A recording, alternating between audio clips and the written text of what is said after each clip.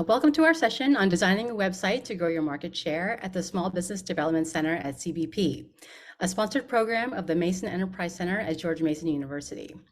I hope that I can impart some wisdom in helping you to create a website for your business to grow your market share. I would encourage you to take pride in presenting your services in a way that will be helpful to users navigating your website. Effective imagery, educational content, and a little research on the keywords to use for your business can help you target your market and land new business. So let's get started. An effective business website is seen, heard, and discovered on the internet. Inevitably, someone out there will be typing in keywords in a search engine for a product or service, or perhaps it's just a question on how to solve a problem. When designing your website and developing content to go on your website, you want to present yourself as an authority in your field or industry that has the answers to these search queries. You want your content to use the kinds of keywords that your visitors are using in their search queries and provide detailed information that explains answers to these questions. You'll also want to illustrate your services through imagery on your site that helps the viewer make a connection between what you do and then what they're looking for. This presentation will go over the various aspects of creating a website to grow your market share by being mindful of what kinds of information to have on your website and how your information is conveyed by consumers. Your website may be the first exposure you'll have to engage a prospective client, so you want to make a good first impression.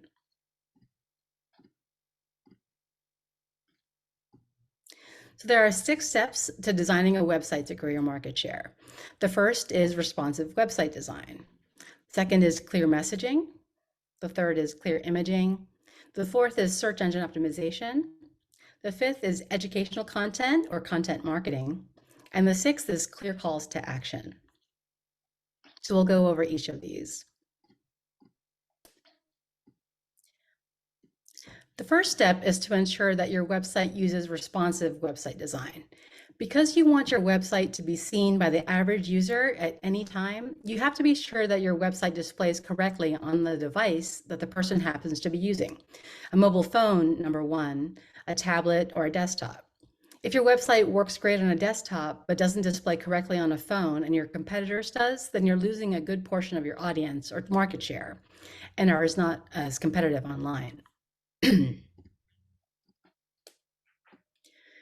More users access content on mobile devices than ever before. One client of Chesapeake Digital Solutions, which is George and Scarborough Associates, was not getting a lot of website traffic due to the fact that the age of their website was preventing it from being seen on a mobile device.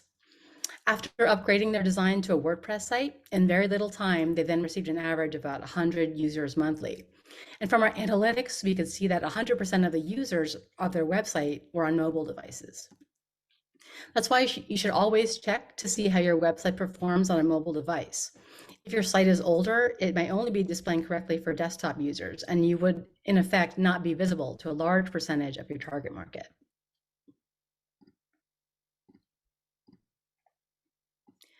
So a website that can be displayed on any device has responsive website design. Having a WordPress website theme addresses this issue. Themes created for WordPress are typically coded to display scaled graphics and text dimensions that accommodate any device. Wix.com is another option whose templates address mobile and tablet displays as well as laptop displays. So you can shop around and do an online search for WordPress themes or go to Wix.com to view theirs, and then envision your own graphics and text in their placeholder demo templates.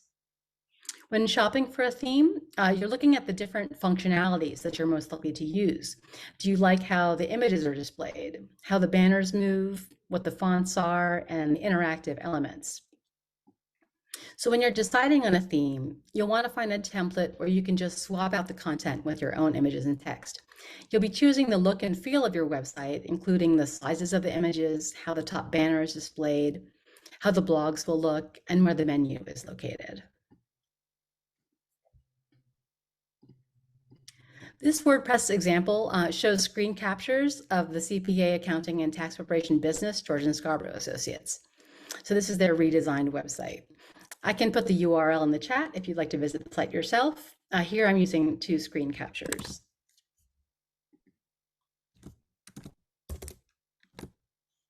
Let me put that again.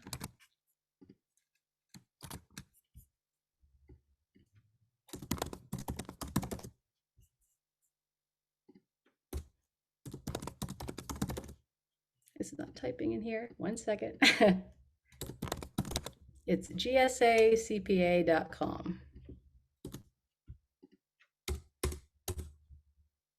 For some reason, my chat box isn't working.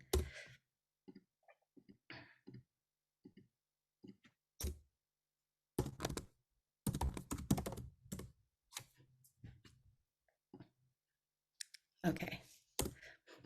You can see on the homepage here that they have a welcome video at the top that addresses people's pain points and introduces users to its services. On the right side of my presentation is a screen capture of their interactive menu with boxes that flip when you roll over them. This kind of navigation makes your website fun to use and keeps its users entertained while providing a graphic that describes the service. Plus, its interactivity engages users to stay on your page longer. This particular client, George and Scarborough Associates, is a case study of Chesapeake Digital Solutions. As I mentioned earlier, they needed updates to their website as it was not responsive, and that is mobile friendly. And they were not receiving any new traffic to it for some time. Using a WordPress template and a content marketing plan, George and Scarborough Associates went from a website with 0 traffic to one currently receiving 1,200 users per month, with 900 of those from organic search and nearly 100% mobile users. In fact, we had to pause their content marketing package recently because they filled their client roster to the point where they couldn't accept any new work at this time. So the combination of a responsive website design along with a content marketing plan were the key strategies used to increase user traffic to the website. So these next few slides show the back end of WordPress just to get a feel for the application. The navigation will be on the left-hand side with the black background. The screen is currently showing the various pages of the website. In the appearance menu, you can customize your WordPress theme with your logo and address. Pages are where you add content for your services. Posts are where you add your blogs. And then your media library is where you upload your images.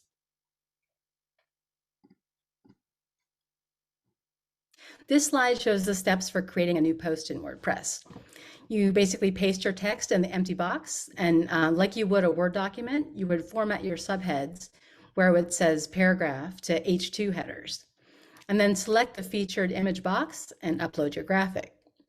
Then hyperlink text to other pages within your site, just like you would hyperlink text in an email, and then categorize your post for keywords used for your business, and then publish your post. If you sign up for group counseling, I can go over the mechanics of using WordPress or Wix for creating your website by walking through the steps on how to edit web pages or create blog posts on the back end. So when you sign up on your browser today, you can sign up for counseling by providing your email addresses and completing the survey. Okay, see, Mindy mentioned we have 2 questions. I'll go ahead and stop here and answer.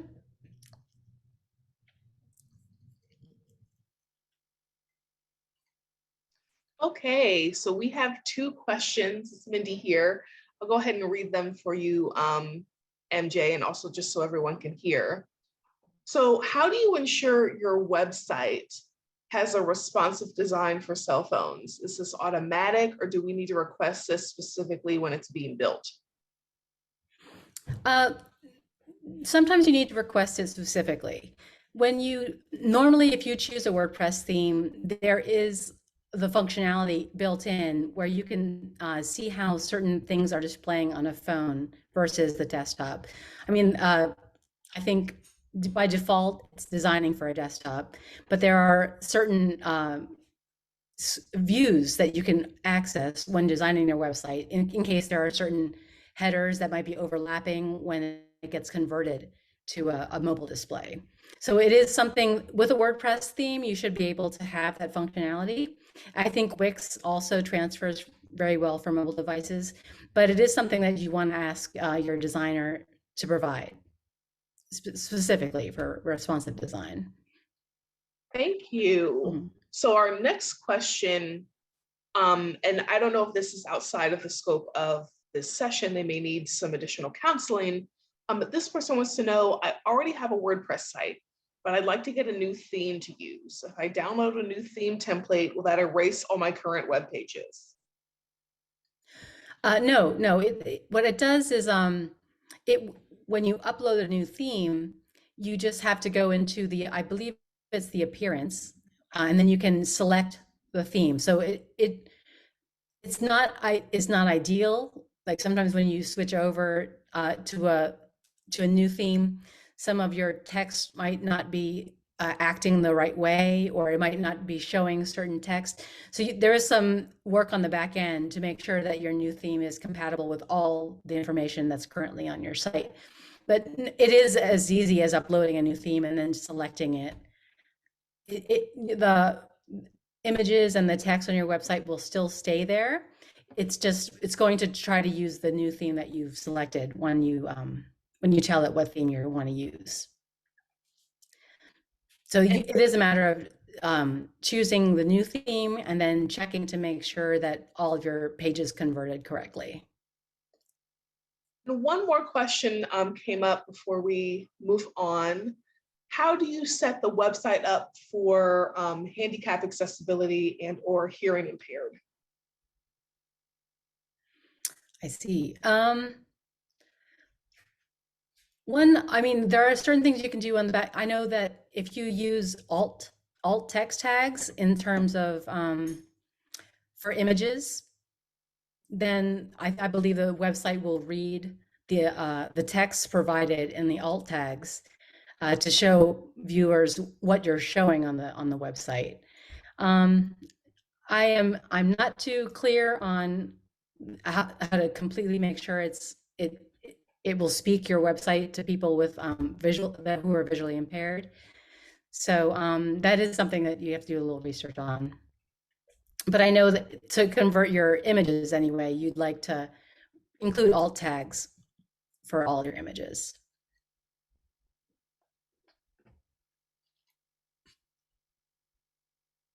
Okay, I'll go ahead and move forward.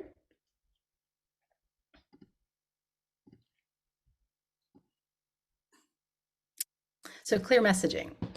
As the internet is inundated with information, a little research on what terms to use for your website helps you to know the size of your market share. You want to lead the most traffic to your website by developing a keyword list that uses the most popular terms for your business's services. Once you know what terms are being searched most often by internet users, you can develop content, which are articles or blog posts that answer users' queries, exhibit your knowledge as a subject matter expert, and then educate your audience about why you do what you do. Maintaining visibility on the internet or growing your market share online requires fresh content to be fed into your website on a regular basis. Frequently updating your website with new content lets search engines know that your information is up to date, and they'll be more apt to consider your content relevant in search queries. Having a content marketing strategy or having blogs or other media on your website fleshes out your website with keywords that help to get found through search engines and gives people a landing page to lead back to when you post on social media. You want the titles of your blogs or content to use clear messaging to provide information that use the keywords from your services to educate your audience and then provide helpful information that interests your target audience.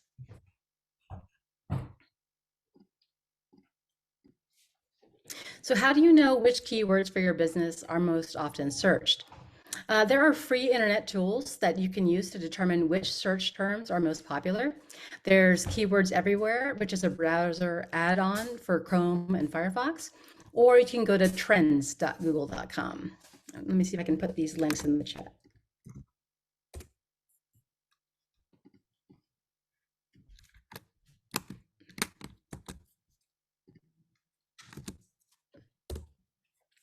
This is an example of some keyword research using Google Trends to create your keyword list. You go to trends.google.com and then you enter your keyword at the top of the page. From there, you could test variations of your terms to see if they would drive more keyword traffic. In this example, we're looking at the popularity of the keyword custom database as it compares to database design. Database design is actually 5 times more popular in search queries than custom database. So you may want to consider the more popular term database design in your service menu if developing custom databases is a service you provide to attract more organic search traffic. So you can create your keyword list by choosing the variations of keywords for your service pages and blog posts that are most often used in searches.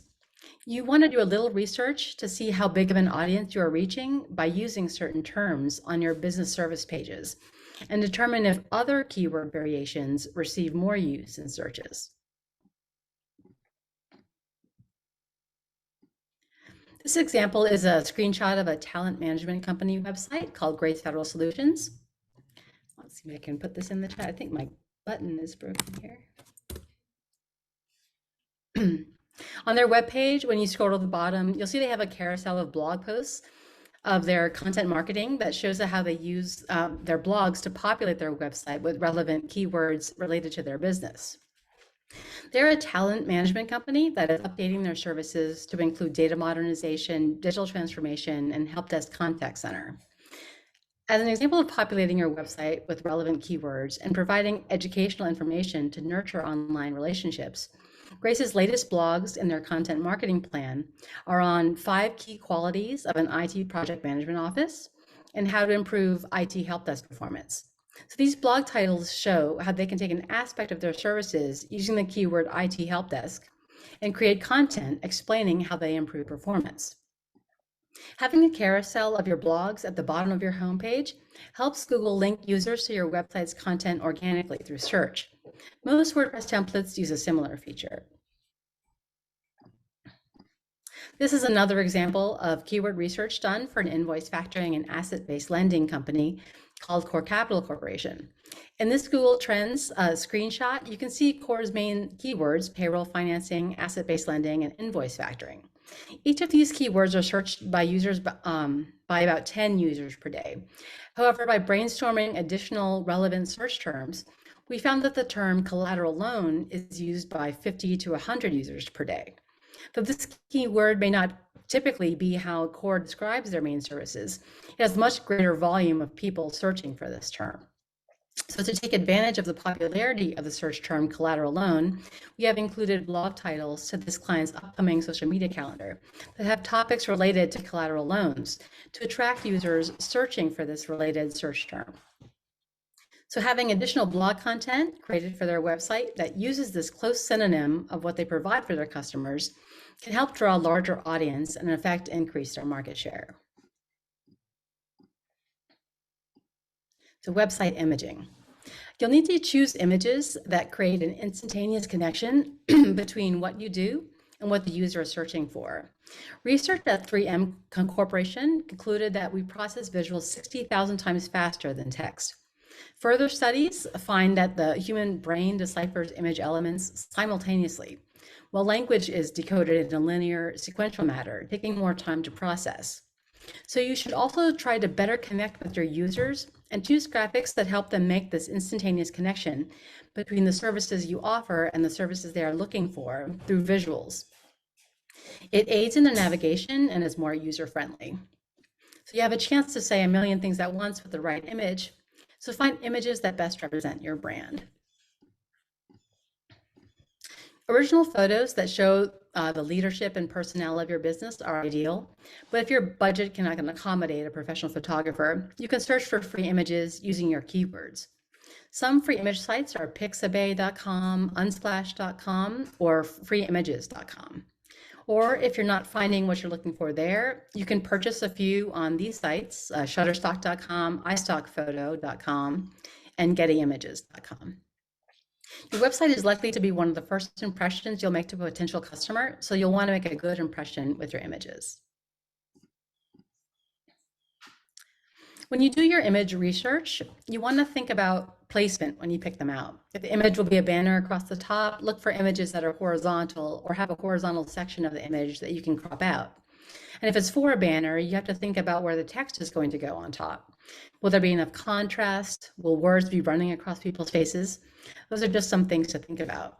Once you purchase the images, you may need to size them a certain way due to the aspect ratio you're using them in, or estimate pixel dimensions to have them appear correctly.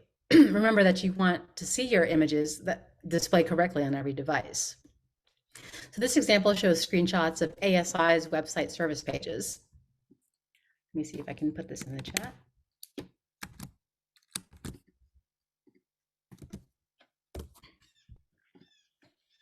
Their main areas of focus are information technology, professional services, and healthcare services. In these top banners, the main focus of the images are placed to the right, while there's a darker gradient layer over the left side where the text of the banner is placed. This helps readability and are good examples of selecting images that convey the page's main keywords in their website banners. They also use similar coloring and stylistic effects that give the website a branded look. So search engine optimization. Growing your market share involves the harvesting of organic traffic. And to get more organic traffic, you want to optimize your content for search queries. Your site should aim to answer questions regularly searched online. You also want to set up a Google My Business account so that Google's crawlers can detail your website in an instant with the content you post there. Having a Google My Business listing registers your office address for local search. It increases business credibility when you solicit Google reviews from satisfied customers. It includes a spot to add your products to your listing and to interest buyers. It also allows for the addition of photos of your services to better describe what you do. It also puts your business on the map and is a great place to collect reviews. For SEO, you want to optimize your site for keywords by using them in your subheads, the titles of your blogs, your menu, even the names of the images on your website, which gives search engines a chance to display your pages. One nice thing about WordPress is it usually comes with a plugin called Yoast SEO. And once your blog is posted, this plugin can analyze your page or post and give you grammatical tips to improve the writing for search engine optimization. Google, as a search engine, likes to display elegant prose. They choose to highlight the snippets of text that best defines a topic being discussed. Shortening the length of sentences, optimizing the placement of keywords, and whether or not you're using passive or active voice are things that, if done correctly, will improve the blog's readability, and in turn, make it a snippet of text that Google will want to display on the first page. Here's a sample of the status of a typical blog after following the grammar tips and keyword optimization using Yoast SEO. If it's showing green, then it's perfect. Orange, it needs some work, and red means the SEO is poor. Good SEO principles use your keywords, number 1, in your headers, number 2, in your menu, and then number 3, towards the beginning of the sentence in your website copy. And having a meta description that perfectly summarizes the main idea of your page helps search engines rank its relevancy in a keyword search. So next we come to educational content, which is also referred to as content marketing. Educational content has 2 forms, flow content marketing and stock content marketing. Flow content marketing is used in the earlier stages of the buyer's journey by introducing your content to your target audience.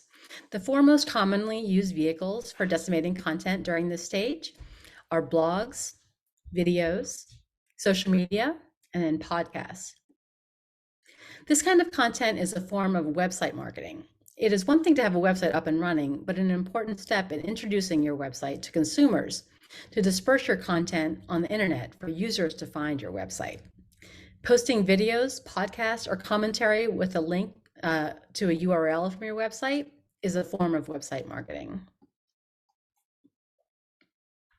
Okay, I can stop to answer questions, Mindy. Thank you. So we have 3 questions in the chat. So, well, in Q&A, the first one is, can you share the benefits using WordPress with ownership of content, images, copyright, those types of things? Okay, can you repeat the question one more time? Can you share the benefits using WordPress with ownership of content, images, and then copyright? Okay, so there is, yeah, WordPress,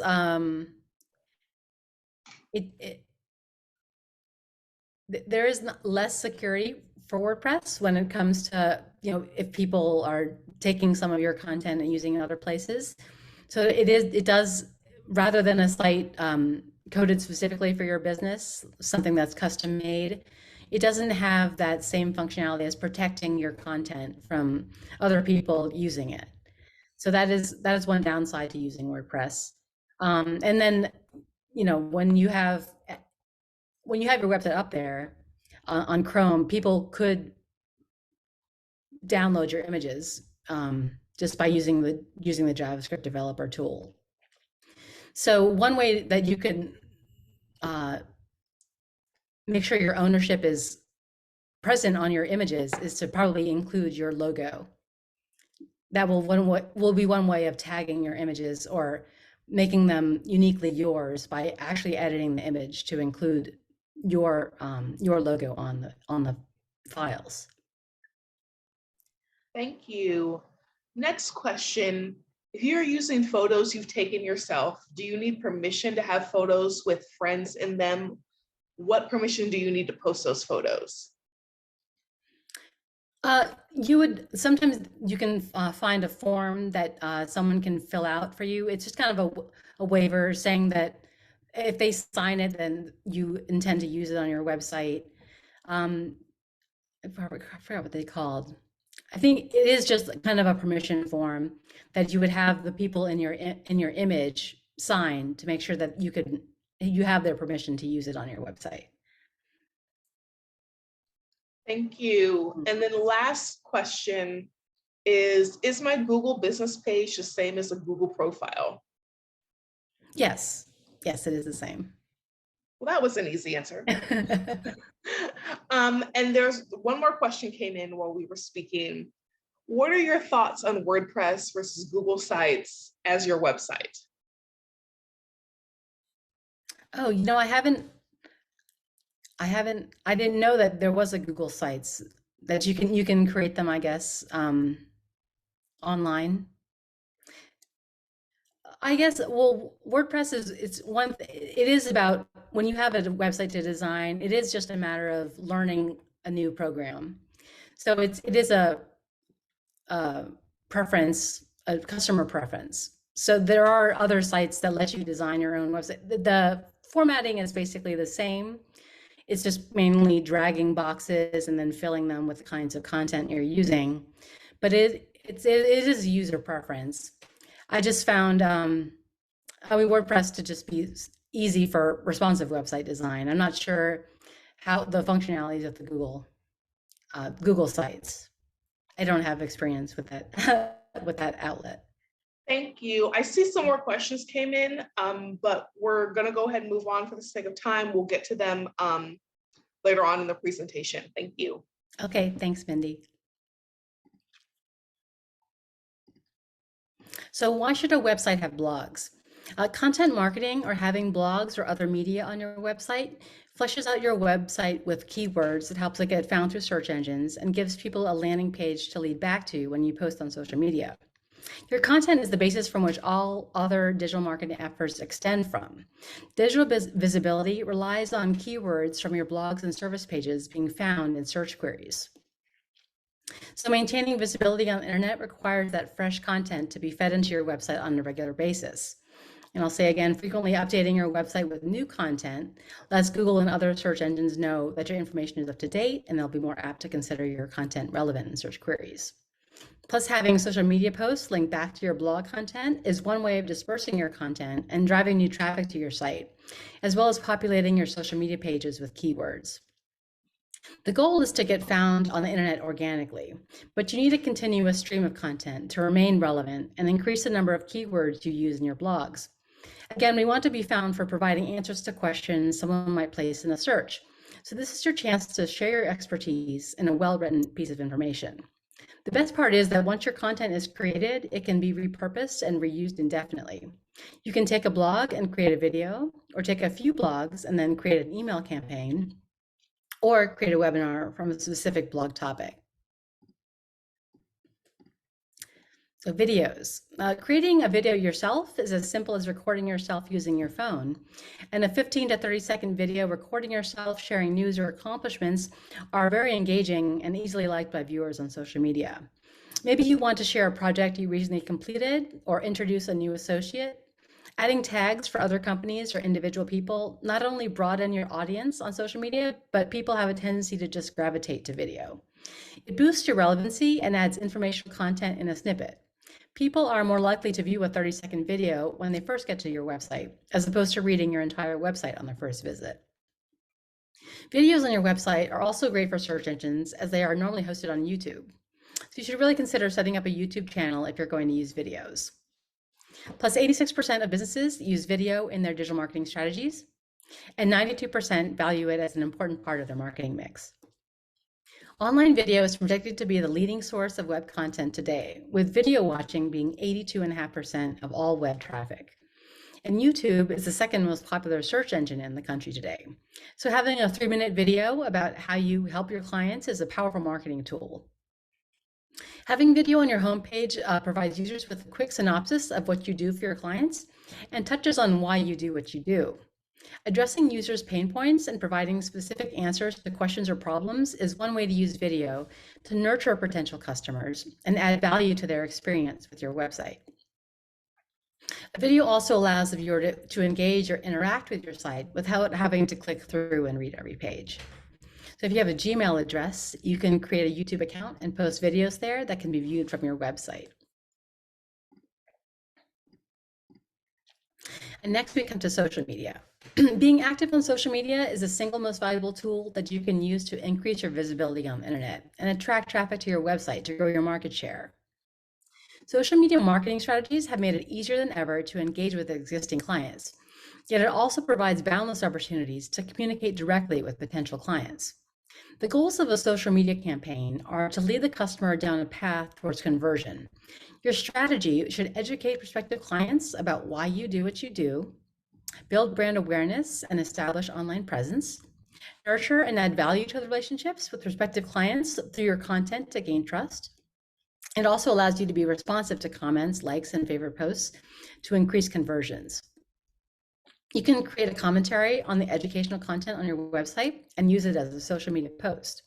To drive traffic to the site, ensure you copy and paste the URL of the page on your website to the end of your post and try to use images. Podcasts are another way to share your blogs, create audio for your announcements, and share content on social media. You'll need a hosting provider like buzzsprout.com, and you'll need a voice recorder app on your phone. You can basically upload the sound file to Buzzsprout from there, and you can share directly to your social pages, or embed the file on the page of your website. You don't want to store podcasts on your web server, as having the plethora of data there will slow down your website. And studies show that people will just click somewhere else if your website takes over 5 seconds to load. So they'll leave if your website is slow. So try to get a podcast hosting provider.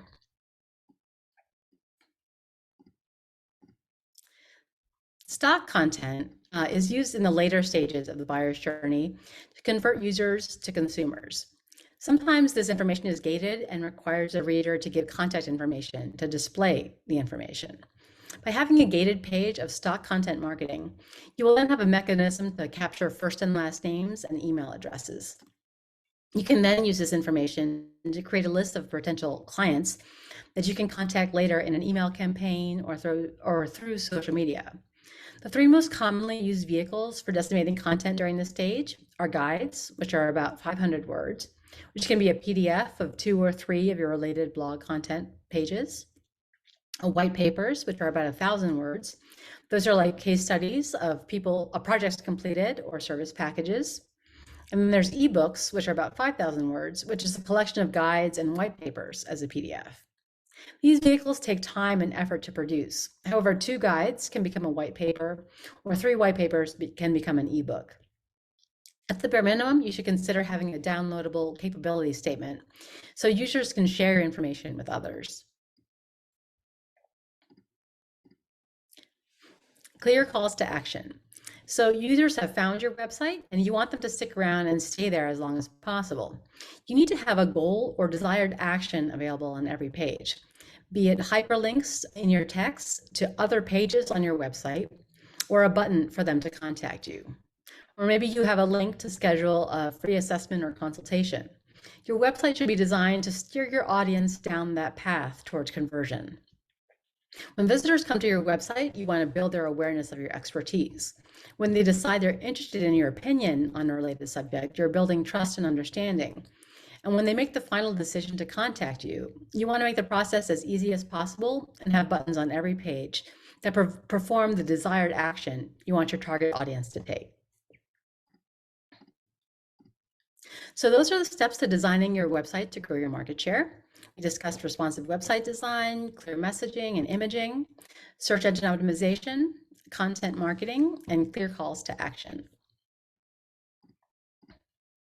If you'd like to participate in the weekly workshops to go over how to design your website using WordPress or Wix, at the very end of our session today, when you sign up on your browser, there'll be a special drawing to receive free group counseling on what we review today. A handful of clients will be selected, and so if you're interested, simply provide your email address in the group counseling evaluation form, and you'll automatically enter your name. So here's the schedule of the workshops. October 12th will be customizing a WordPress template. October 19th would be how to make changes to your website using Wix. And October 26th will be how to post blogs on your website. So this concludes designing your website to grow your market share. I hope you've learned a lot. And if you have any questions, you can just type them into the Q&A box, and I will get to as many of them as I can before 2 o'clock. And again, if you're seeking $100,000 or more in funding, you can reach directly out to our director at Vijay Vaswani. His email is vijay@cbponline.org. So you can address any last questions we have. There are some questions that are coming through. So someone asked about the free images that you mentioned. Do we still need permission even though the image is free? No, those are copyright free. Awesome, thank you. Mm-hmm. Next question, what's your take on creating landing pages to drive people to your site or capture leads to use as part of email campaigns? Yes, well, when you have an email campaign, the most important thing you can do is lead the user back to your website. Normally, and those landing pages can be your blog posts or it could be your service pages. But normally when you design your website, you'll have like a banner at the top, kind of going over the main idea, maybe an intro text, kind of introducing yourself and what the email is about.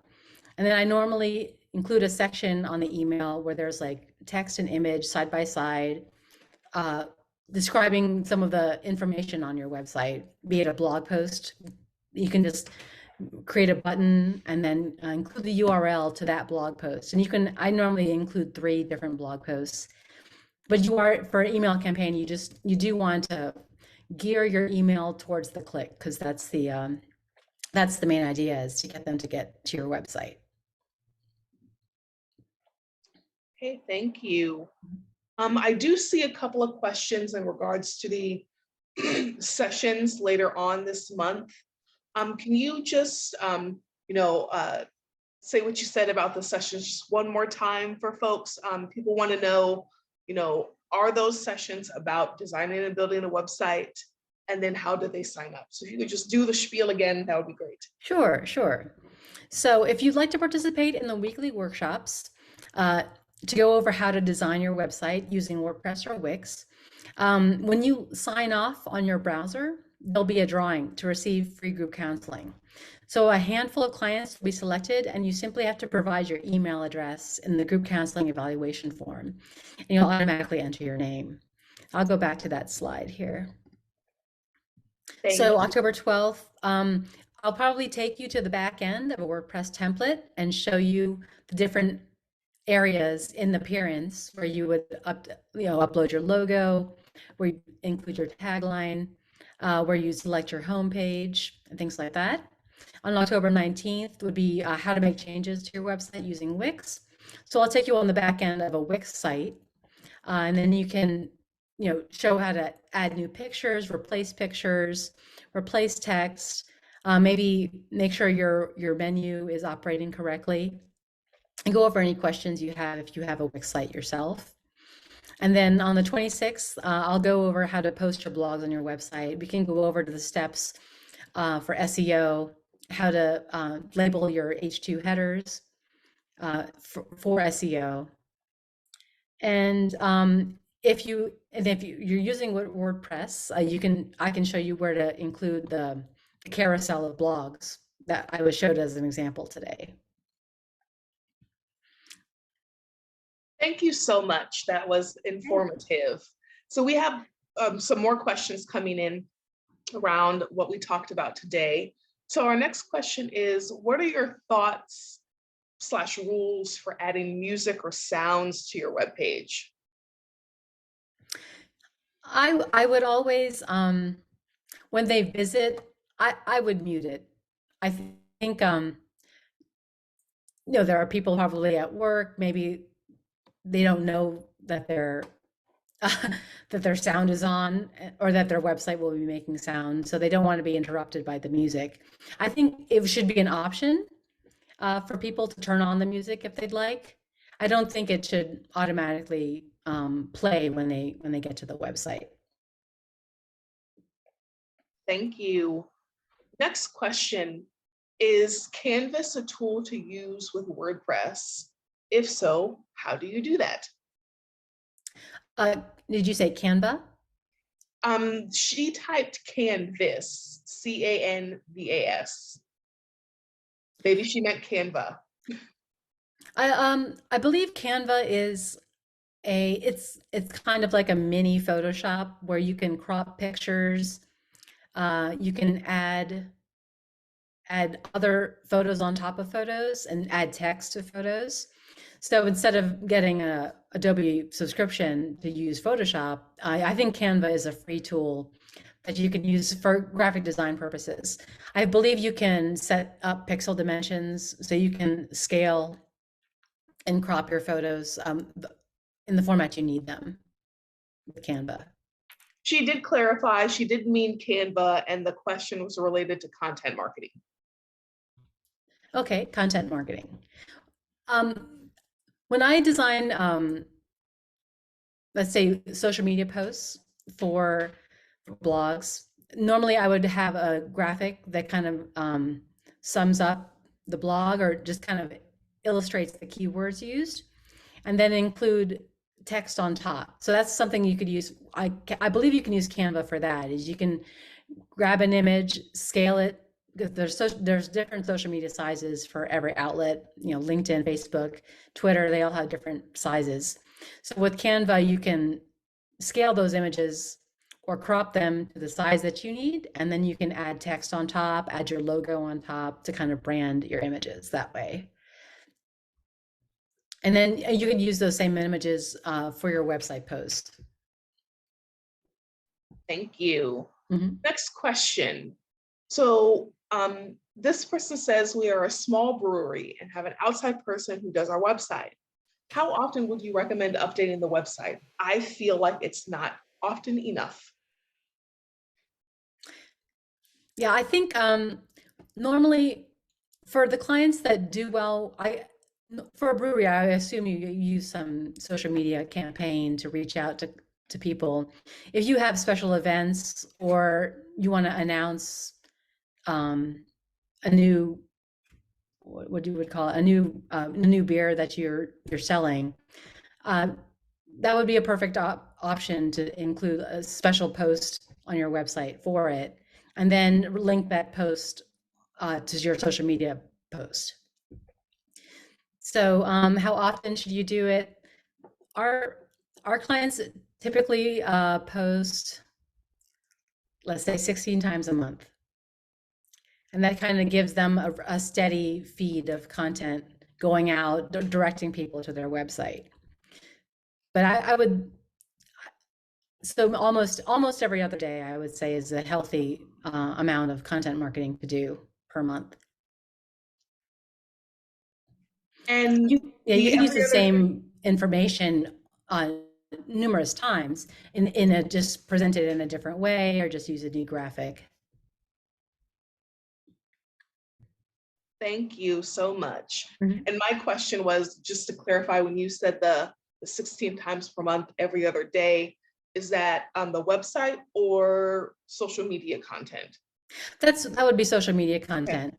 Normally, if you post to the website, I would We normally do, like, you can only say you only post twice a month, but you can have a number of different posts, like social media posts for your blog topic. So updating your website with new content maybe twice a month would be healthy enough. But then when you put it out there, when you disperse the content, you might want to repeat the message in different ways, maybe 8 times each. Thank you for clarifying. Okay, yes, thank you. And then I see a question, and this may be helpful for folks. What is the background of someone who should be taking your workshop sessions? Um, well, I think it's a small business owner would be the background. There is some, um, there is a learning curve in order to learn WordPress on your own. It is definitely doable, but I would think that like is if you have your own WordPress site up and running, but you just want to make edits to it, that's something that we could address in the workshops, is that to make those changes yourself as opposed to hiring an outside designer to do it for you. So it's kind of the entrepreneur that kind of wants to take on this kind of work themselves. Maybe just adding a blog post or improving the SEO on what exists.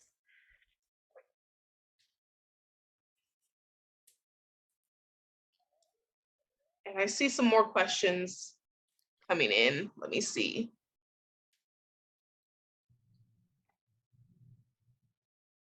So someone's asking, do you recommend a certain hosting platform like GoDaddy or any others?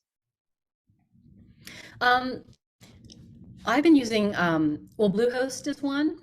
I believe it might be bluehost.us. They've been pretty reliable. I have a number of clients that use HostGator. Uh, their customer service is very good. And GoDaddy is probably one most oftenly chosen. And they do have 24/7 customer service, which is helpful. Just sometimes the help can be, um, sometimes if you get the right person, they'll solve your issue correctly the first time. But sometimes you have to go through a couple people to get some help through GoDaddy. But I think Bluehost.us and HostGator are some options besides GoDaddy. Could you put those in the chat for folks? Let me see if I can type those in.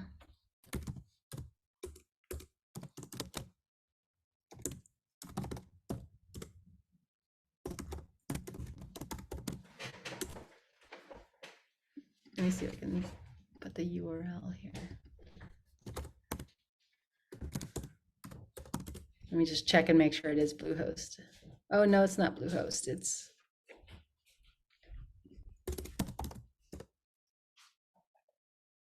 It is bluehost.com. Let me put that back in there.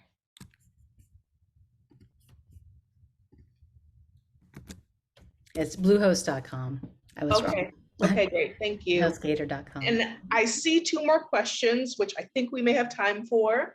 Okay. So the first one is, can you have X number of ads and alternate through them on your website? Yes. The best way to do that is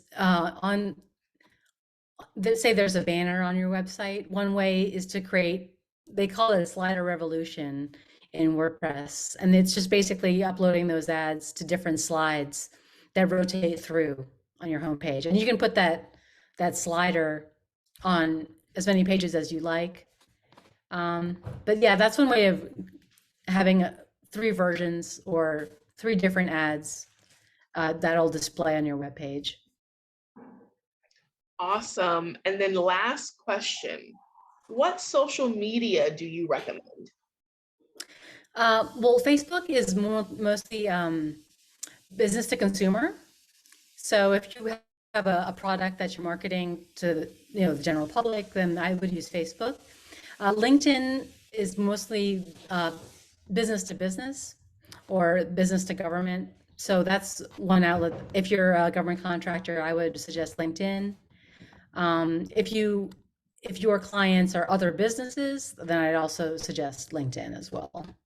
But either outlet you choose, you do want to kind of develop a company page. So you could have your personal LinkedIn page, but then having a page set up for your company normally works best to kind of make that distinction. And you can use the same posts if you'd like, if they're related to your business.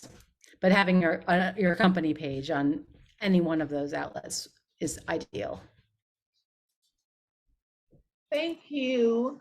Okay. It is 2 o'clock. Okay. Well, thank you all for joining me. I wish you all the best. I'll just put on our contact slide at the end here.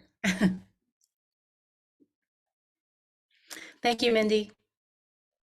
Thank you. Thank you everyone for joining us. Okay. See you next time.